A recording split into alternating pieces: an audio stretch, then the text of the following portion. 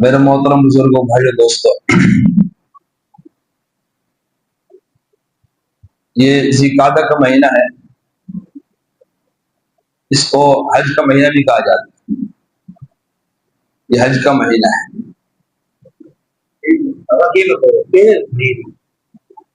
اور اسی طریقے سے اسلامی سال کا 11واں مہینہ ہے۔ اس کے بعد سے حج آخری مہینہ ہے۔ اس ذی القعدہ کے اندر جو اسلامی واقعات پیش آئے، ان میں سے ایک اہم واقعہ صلح حدیبیہ کا ہے، جسے بیت الرضوان بھی کہا جاتا ہے۔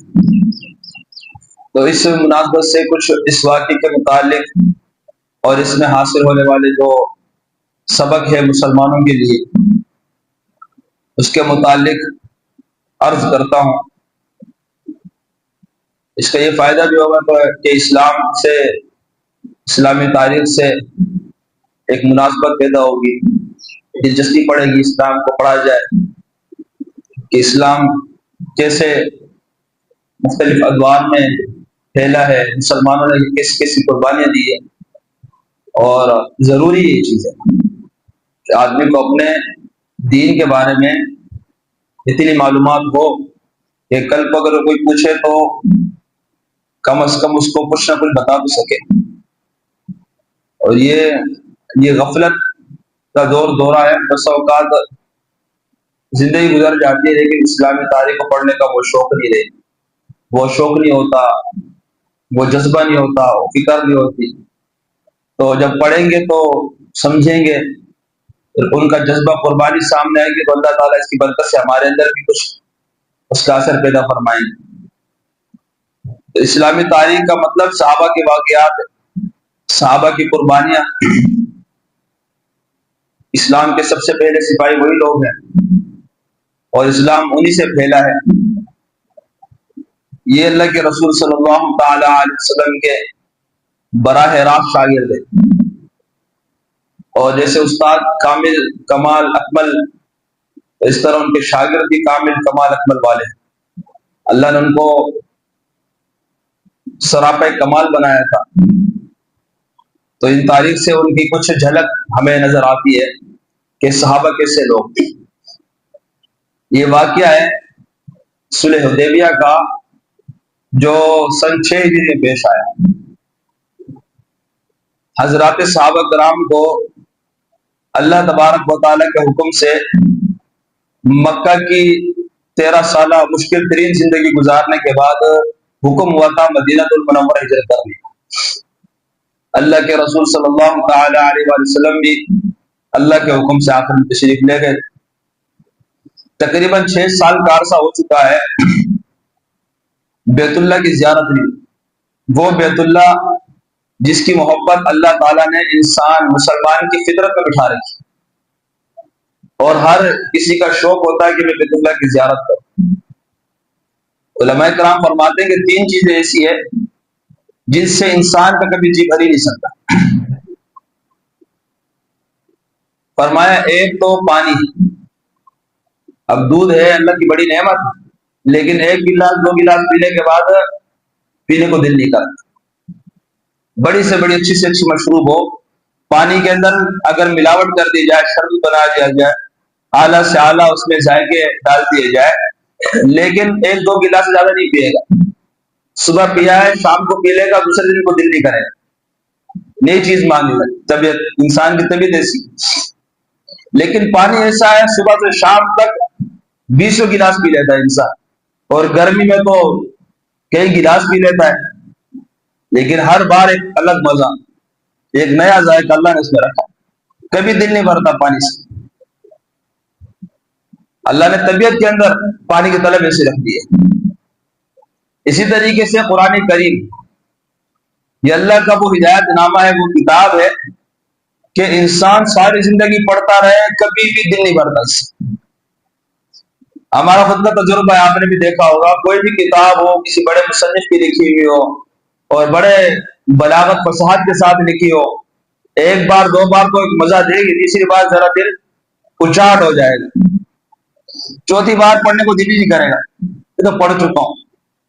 لیکن قرآن اللہ کی ایسی کتاب ہے ایک حافظ جی کو لے لیں، وہ سینکڑوں بار پڑھ چکا ہے، ایک پارے کو دسیوں بار دہراتا رہتا ہے، لیکن کبھی دل میں یہ خیال نہیں آتا یار اس آیت کو کل تو پڑھا تھا، ابھی ایک گھنٹہ پہلے تو پڑھا تھا، ہر وقت تو پڑھتا رہتا ہوں، ہر بار ایک نیا مزہ اللہ نے رکھا، جس کو نصیب ہو جائے۔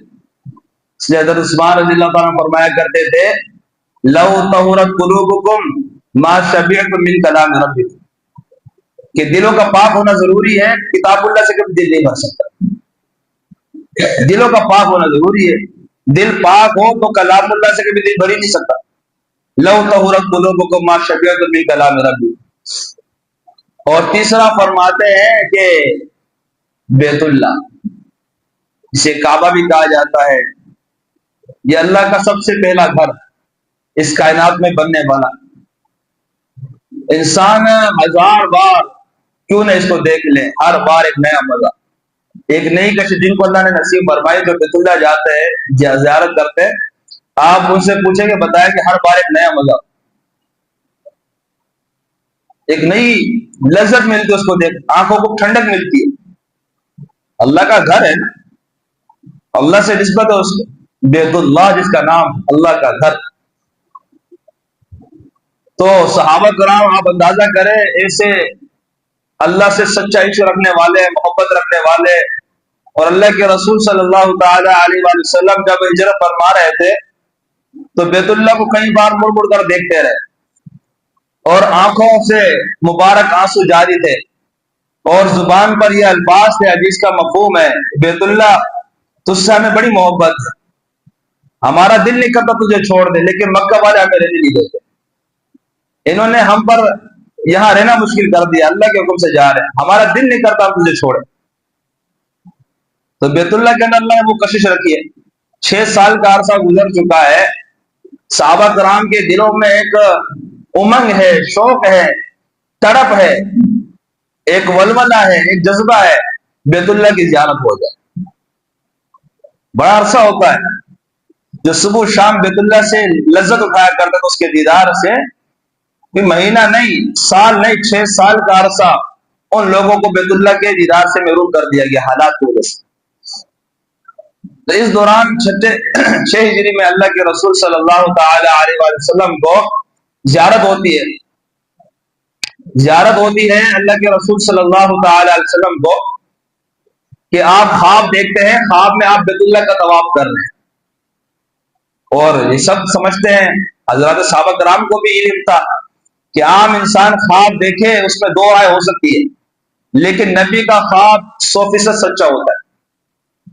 اللہ کے رسول صلی اللہ تعالی علیہ وسلم نے جو خواب بیان کیا تو صحابہ کرام کا وہ شوق اور بھڑک اٹھا، اللہ کے رسول سے عرض گزار یا رسول اللہ چلے ارادہ فرمائیں عمرے کے لیے چلے، پتہ تھا سارے دشمن بنے ہوئے بیت اللہ میں، مکہ والے سارے دشمن، اور آنے پر پابندی ہے، لیکن وہ خواب جو دیکھا بس اب وہ ساری جو حوائل تھے، جو رکاوٹیں تھی، انہیں بالائے طاق رکھ کر بس یا رسول اللہ ہمیں لے کر چلے، ہمیں بیت اللہ کی زیارت کرنی ہے۔ اللہ کے رسول صلی اللہ تعالی وسلم بھی تیار ہو گئے، تقریباً 1400 سے 1500 کے درمیان کا لشکر تھا، جو ایک دم میں یعنی 2 دنوں میں اللہ کے رسول صلی اللہ تعالی وسلم ساتھ تیار ہوئے، احرام باندھا، جانور لیے قربانی کے اپنے ساتھ روانہ ہو گئے۔ حدیبیہ کے مقام پر پہنچے ہیں تو اللہ کے رسول صلی اللہ تعالی علیہ وسلم کی اونٹنی وہ بیٹھ گئی، صحابہ کرام بھی حیران ہوئے، چلنے کا نام نہیں لیتی، اللہ کے رسول نے فرمایا اللہ کے حکم کے بغیر نہیں بیٹھا کر، ضرور کوئی مصلحت، کوئی حکمت ہے اس، اللہ ابھی ہمیں وہاں پہنچانا نہیں چاہتا، حالات ایسے نہیں، کوئی حکمت ہوگی، یہ تو آپ نے نہیں فرمایا کہ اللہ ہمیں پہنچائے، لیکن فرمایا اللہ کے حکم کے بغیر یہ اونٹنی بیٹھتی نہیں۔ اب سب کو یہاں پڑاؤ ڈالنا پڑا، اب وہاں کوئی پانی کا انتظام نہیں، تھوڑا سا پانی تھا مشکیزوں کے اندر، وہ خالی ہوتے گئے، بالآخر ایک پیالہ رہ گیا برتن سے اللہ کے رسول صاحب نے، یا رسول 1400 سے زیادہ لوگ ہیں، نماز کا وقت ہے، نہ وضو نہ پیاس کو بجھانے کا کوئی انتظام، پانی نہیں ہے۔ اللہ کے رسول صلی اللہ علیہ وسلم نے اپنی مبارک انگلی ڈالی اور فرمایا اس سے پانی لیتے رہو، پیتے رہو، وضو کرتے رہو، سب کو دیتے رہو۔ اللہ کے رسول کا انگلی ڈالنا تھا اس برتن سے نکالتے گئے، مشکل سے بھرتے رہے، پیتے گئے، وضو کیا سب نے، پانی ختم نہ ہو۔ حضرت جابر رضی اللہ، صحیح بخاری کی حدیث ہے، فرمایا کہ اگر یہ اللہ کے رسول کا موضوع ہی تھا، وہ 2-4 بندوں کا کافی مشکل سے کافی ہوتا، 1400-1500 لوگ، فرمایا اگر 1,00,000 بھی ہوتے وہ پانی پورا ہو جاتا، کیونکہ ہمارے نبی کا معجزہ تھا، یہ اللہ کے رسول کا معجزہ تھا۔ سب نے خوب سیر ہو کر پیا، وضو کیا اور مشکلیں بھرے، جتنے دن وہاں ٹھہرنا تھا پانی چلتا رہا۔ اب مکہ والوں کو پتا چلا مسلمان آئے ہیں، اب کبھی زندگی میں ایسا نہیں ہوا تھا کہ کوئی بیت اللہ ہے اور اسے روکا جائے، اسی کی ہمت، اللہ کا گھر ہے، یہاں امیر بھی اللہ کا بندہ، یہاں غریب اللہ کا بندہ، سب برابر ہے۔ آپ احرام سے دیکھ لیں، یہ نہیں کہ کروڑ پتی ارب پتی تو اس کا احرام الگ ہوگا، کوئی غریب اس کا احرام الگ ہوگا، نہیں، اسلام کی تعلیمات مساوات کی ہے۔ نماز کے اندر آپ دیکھ لیں، وہ کل بڑی پیاری بات کہی، بولے اسلام کی خوبی کیا ہے؟ اگر کوئی پوچھے اسلام کی خوبی کیا ہے تو اس سے کہنا کہ پیسے مانگنے والا بھکاری اگر مسجد میں آ کر پہلی صف پر بیٹھ جائے تو وقت کا بادشاہ اس کو پیچھے نہیں کر سکتا، یہ اسلام کی خوبی ہے۔ یہاں سب برابر ہیں، ایک ہی صف میں کھڑے ہو گئے، محمود ایاز، نہ کوئی بندہ رہا نہ کوئی بندہ نواز، مالک بھی ایک صف میں کھڑا ہوگا، نوکر بھی ایک صف میں کھڑا ہوگا، اللہ کے یہاں سب برابر، دیتے رہے تو تقوی کے اعتبار سے آخرت میں فیصلہ ہوگا، وہ آخرت میں فیصلہ ہوگا۔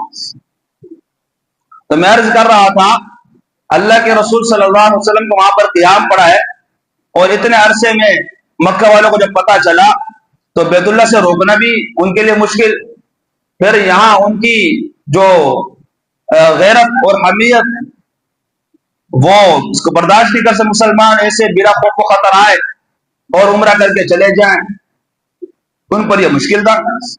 مجبوراً انہوں نے پیغام بھیجا کہ ہم کسی صورت مسلمانوں کو مکہ میں داخل ہونے نہیں، دار ندوہ میں مشورہ ہوا، اگر داخل ہوئے تو ماریں گے یا مریں گے۔ لوگ ایسے تھے، اس زمانے کے اندر یہ نہیں تھا کہ صرف ہوائی باتیں ہوا کرتی تھی، وہ جو کہتے تھے وہ کرتے تھے، ان کے لیے غیرت سے بڑی کوئی چیز، اس کو غیرت کا نام دیتے تھے، پھر ایک ایک کے لیے وہ دسیوں کا خون بہا دیتے اور اس کو فخر کرتے تھے، مرتے ہوئے تڑپتے ہوئے۔ آپ نے ابو جہل کا واقعہ سنا ہوگا، اس کی گردن کاٹنے کے لیے جب وہ صحابی رسول کے آخری سانس چل رہی تھی، ہمت نہیں تھی اس میں ہلنے کی، تب بھی کہہ رہا تھا عبداللہ گردن نیچے سے کاٹو، پتہ چلے سردار کی گردن۔ عجیب لوگ، عجیب لوگ۔ یہ الگ بات ہے کہ مرنے کے بعد ایک جھلک نے اس کی ہائے ہائے کراتی ہوگی، توبہ کرائی ہوگی، لیکن زندگی کے اندر وہ بڑے عجیب قسم کے ایسے لوگوں پر اللہ کے رسول نے محنت کر کے ان کو ہیرا بنایا، تو انہوں نے صاف یہ انکار کر دیا۔ اب آپس میں بات چیت ہوتی رہی، اللہ کے رسول نے بھی پیغام بھیجا عثمان رضی اللہ تعالیٰ عنہ، ان کے قریبی اور معزز بھی تو ان میں سردار انسان کو، کہ ان کی بات کو رکھیں کہ بھائی انہیں بتاؤ ہم تو عمرے کے ارادے سے آئے، ہمارا کوئی لڑنے کا ارادہ نہیں ہے، اور ظاہر احرام کے اندر تو کسی شکار کا شکار کرنا جائز نہیں ہے، اور اسی طریقے سے جو ہے انسان تو صرف المخلوقات ہے، کسی جانور کو مارنا جائز نہیں ہے۔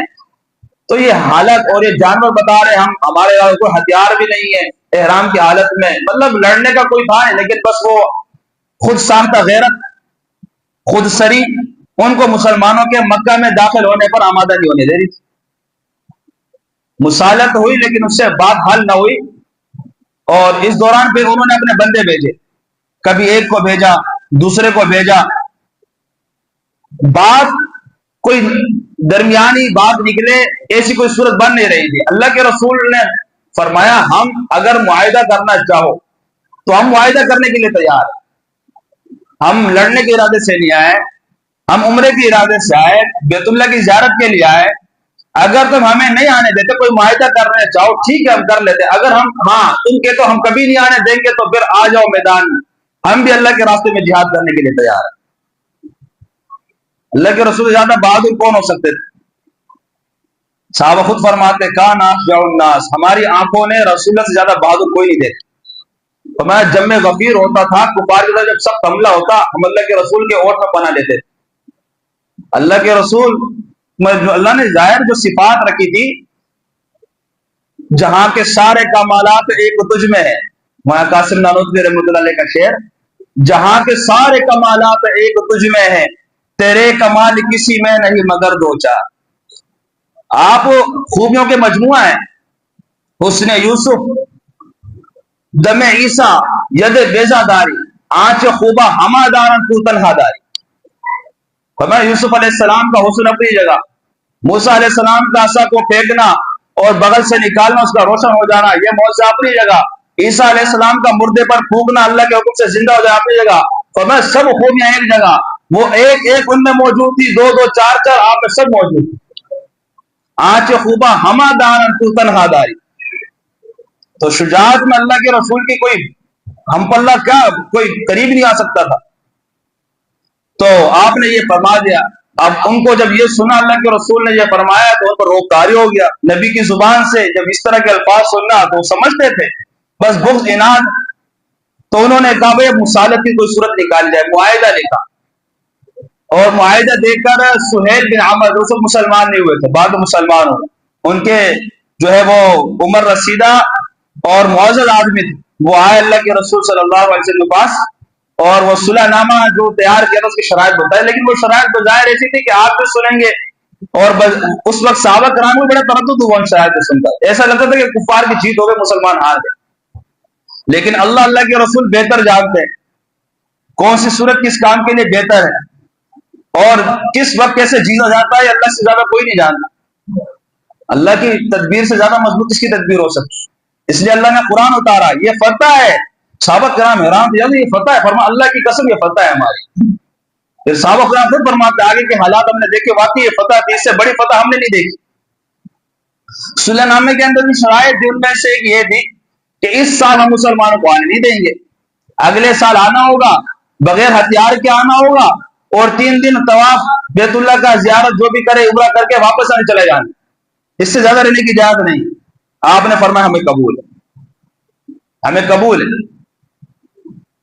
اور اس صلح نامے کو لکھنے سے پہلے جو الفاظ لکھے گئے، ایک تو یہ لکھا، اللہ کے رسول نے فرمایا لکھو بسم اللہ الرحمن الرحیم، تو وہ کہنے لگا ہم رحمان رحیم کو نہیں جانتے، ہم وہی لکھیں گے جو ہم لکھتے ہیں، بسم اللہ بس۔ آپ نے فرمایا ٹھیک ہے، یہ اللہ کا نام۔ پھر آپ نے فرمایا لکھو ھذا ما قضى علیہ محمد رسول اللہ وسہیل بن عمر۔ اب اس پر بھی اس کے تیور بدل گئے کہ اگر ہم آپ کو اللہ کا رسول مانتے ہماری آپ کی لڑائی کیوں ہوتی؟ تو آپ نے فرمایا علی اس کو بھی مٹا دو، علی رضی لکھ رہے، تو ان کے ہاتھ میں کب تک ریاست نہیں مٹاؤ، میرے سے نہیں ہوتا۔ آپ نے فرمایا مجھے دو، آپ نے خود مٹایا، آپ نے خود مٹایا، لیکن اللہ نے یہ خوبصورت اتاری اس کے زمین میں، تو اس میں اللہ نے پھر فرمایا محمد رسول اللہ، تم مانو نہ مانو اللہ کہتا ہے محمد اللہ کے رسول ہے، محمد رسول، قرآن کی آیت، محمد رسول اللہ، محمد اللہ کے رسول ہیں صلی اللہ تعالی وسلم۔ تو ایک شرط تو یہ ہوئی، دوسری شرط جو آپ نے سنی، دوسری شرط یہ تھی کہ اس 10 سال کے لیے ہمارے درمیان کوئی لڑائی نہیں ہوگی، لیکن یہ 10 سال نہیں رہ سکی، 2 سال، کیونکہ انہوں نے توڑ دیا کفار معاہدہ۔ اور تیسری شرط یہ ہوئی تھی کہ ان 10 سالوں میں اگر ہمارا کوئی آدمی تمہارے پاس آیا مسلمان بننے کے لیے، تمہارا دین قبول کر رہے ہیں، تم ہمیں ہمارے حوالے کرو، تمہیں رکھنے کی اجازت نہیں، تمہارا کوئی آیا ہم نہیں کریں گے حوالے۔ مسلمان بڑی بھاری لگ رہی تھی یہ شرائط، ظاہر ایسا لگ رہا تھا وہ جیت رہے۔ آپ نے فرمایا ہمیں قبول ہے، فرمایا جو چلا جائے وہ ہمارا نہیں، اور جو ہمارے پاس آئے تمہارا، ہم تمہارے حوالے کر دیں، اللہ آسانی فرما دے گا اس کے، اللہ آسانی فرما دے، لیکن جو ہمارا چلے جائے ہمیں اس کی ضرورت بھی نہیں۔ اور پھر ایسا ہوا ان کے کافی آئے، مسلمانوں کو ایک بھی نہیں گیا، اور اس شرط کو انہوں نے پھر بعد میں توڑا ہے کہ یہ شرط ختم کرو، کیونکہ جو مسلمانوں کے پاس جاتے مسلمانوں میں واپس کرتے، وہ راستے پڑاؤ ڈالتے، بڑی جماعت بن کے کفار وہاں سے گزرتے تجارت کے لیے، وہ ان کو پکڑتے کوٹتے، ان سے سامان لے لیتے۔ انہوں نے کہا مہربانی کر کے ان کو اپنے پاس بلاؤ، انہوں نے ہمارا جینا حرام کر دیا، تو خود انہوں نے یہ شرط بھی توڑ دی۔ تو یہ شرائط ایسی تھی بظاہر مسلمانوں کی شکست نظر آ رہی تھی، اس لیے اگر عمر فاروق رضی اللہ عنہ اور دوسرے صحابہ وہ تردد میں چلے گئے، اگر عمر فاروق رضی اللہ عنہ کو آگے ہوئے اور عرض کی یا رسول اللہ کہ کیا ہم حق پر نہیں ہیں، وہ باطل پر نہیں ہے؟ فرمایا ہاں ہم حق پر ہیں، وہ باطل پر ہے۔ یا رسول ہمارے مقتولین جنت میں، ان کے دوزخ میں نہیں ہے؟ فرمایا ہاں ایسے ہی ہے، ہمارے جو قتل ہوئے جنت میں چلے گئے اور ان کے جو قتل ہوئے جہنم میں چلے گئے۔ عرض کی یار پھر یہ کیا ہے, یہ کیوں ہو رہا ہے, کیوں ہم اللہ کے حکم کے ذریعے فیصلہ نہ کروائیں جہاد کر کے, کیوں ہم ذلت برداشت کر رہے ہیں؟ اللہ کے رسول صلی اللہ تعالی علیہ وسلم فرمایا عمر میں اللہ کا رسول ہوں, اللہ کی نافرمانی نہیں کرتا, اس میں خیر ہے. انہوں بات سمجھ میں ذرا نہیں آئے, ابوبکر صدیق رضی اللہ عنہ کے پاس چلے گئے, یہی کیفیت بیان کی, یہی صورتحال, انہوں نے بھی یہی جواب دیا کہ عمر اللہ کے رسول ہیں, یہ جو کرتے ہیں اللہ کے حکم سے کرتے ہیں, اس میں خیر ہے. صحابہ کرام خود فرماتے ہیں کہ ہمیں اس وقت یہ بات سمجھ میں نہ آئی, اس لیے جب حکم ہوا اللہ کے رسول کی طرف سے کہ بس اٹھو احرام کھولو, جانور ذبح کرو, اپنے احرام کھول دو, 3 بار آپ نے فرمایا, لیکن صحابہ کرام پر غم کے کیفیت ایسی طاری تھی کہ گویا انہوں نے سنا ہی نہیں, کوئی نہیں اٹھا. ایک عجیب سے حال تھا, اور اس امید پر کہ ہو سکتا ہے اللہ کی طرف سے وہی آ جائے کہ جہاد کرو, عمرہ کرو, احرام نہ کھولا. آپ ذرا پریشان ہوئے کہ زندگی میں پہلی بار ایسا ہوا ہے کہ میں حکم دے رہا ہوں, یہ کھڑے ہونے میں اتنی تاخیر. ام سلمہ رضی اللہ تعالیٰ جو آپ کی زوجہ آپ کے ساتھ تھی اس دوران, اس سفر میں, آپ نے یہ بیان کی پریشانی تو انہیں فرمایا یا رسول اللہ آپ ان پر جو غم کی کیفیت ہے اسے آپ بہتر سمجھتے ہیں, یہ اپنے بس میں نہیں ہے ابھی, آپ ایسا کریں آپ خود پہلے جانور ذبح کریں, احرام کھولے, یا آپ کی میت میں آپ کی پیروی میں یہ خود کھڑے ہو جائیں گے. ایسی ہوا جب آپ نے جانور ذبح کیا, احرام کھولا, سب کھڑے ہو گئے, سب نے جانور قربان کر دیے, اللہ کے نام پر احرام کھول دیا.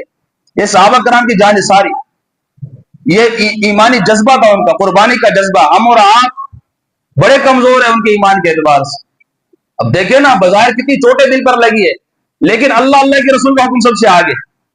اور میں عرض کر رہا ہوں کہ یہ فتح مبین ہے. جب صحابہ کرام واپس جا رہے تھے تو رستے میں سورہ فتح اتری ہے, اِنَّا فَتَحْنَا لَكَ فَتْحًا مُبِينًا, کہ پیارے نبی ہم آپ کو عظیم جیت کی خوشخبری سناتے ہیں.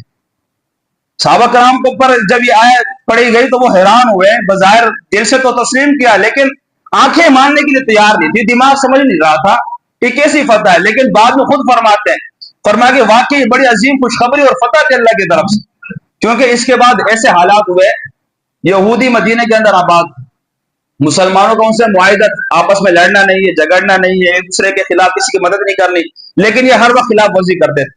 وہاں سے کفار لڑتے رہتے تھے, اس لیے ان کو جواب نہیں دے سکتے تھے. جب ان سے لڑائی بند ہوئی تو ان کو جواب دینے کا موقع مل گیا. آستین کے سانپ بنے ہوئے تھے, کئی بار سمجھایا لیکن مانتے نہیں تھے. یہودی آج آپ دیکھ رہے اسرائیل کیسے, انہی کی اولاد میں سے.